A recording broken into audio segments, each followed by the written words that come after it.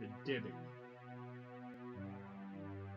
The information I gathered was pulled out of the Jewish Virtual Library and other sources. The Dybbuk is an evil spirit in Jewish folklore, and according to popular belief, it is a spirit that enters into a person, it cleaves to that person's soul, causes mental illness, talks through the person's mouth, and represents a separate alien personality within that person.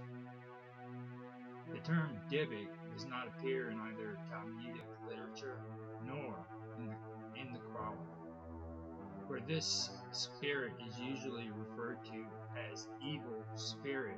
In Talmudic literature, it is referred to as Re'ah Tazazit, and in the New Testament, unclean spirit.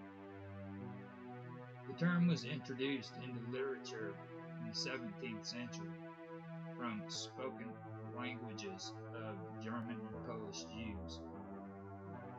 It is an abbreviation of Dybbuk min ha-Hizanah, or Hizanin. That means Dybbuk from the outside, which is found in a man. The act of attachment of the spirit to the body became the name of the spirit itself. However, the verb Dybbuk, which means cleave, is found throughout Kabbalistic literature, where it denotes the relations between the evil spirit and the body. Debeket bo, which means it cleaves itself to him. In Jewish mythology, a Dybbuk, in Yiddish from Hebrew, means adhere or cling, is a malicious or malevolent possessing spirit, believed to be the dislocated spirit of a dead person.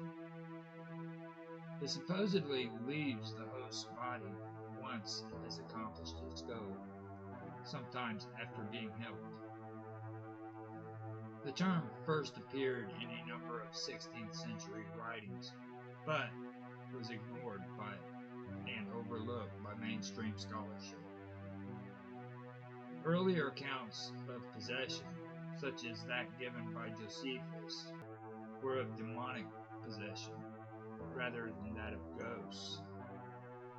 These accounts advocate orthodoxy among the populace as a preventative measure. It was suggested that entertaining a doubt about Moses crossing the Red Sea opened one's household to Dybbuk possession.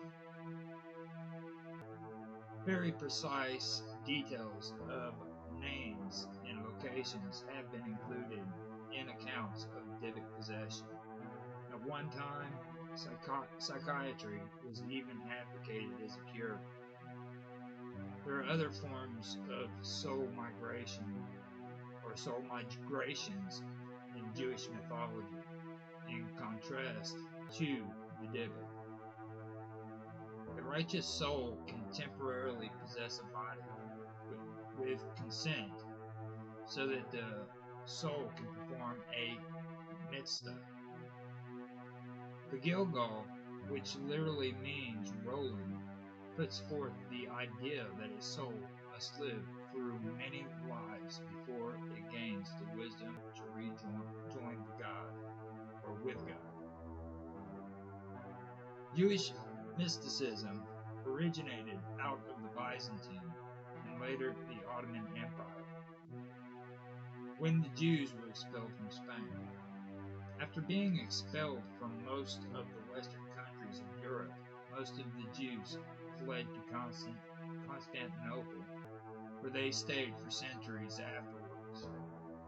About 200 years ago, mysticism was really taking hold, and many short stories began to surface concerning the mystic beliefs of these Jewish people. Stories about the Golem, Dybbuk, succubus, Lilith, and other mystical creatures.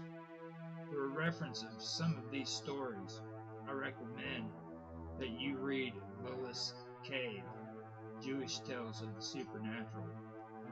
The stories are created from sources of medieval rabbis who wrote about Hasidic texts, oral tradition, but also believed in the folklore.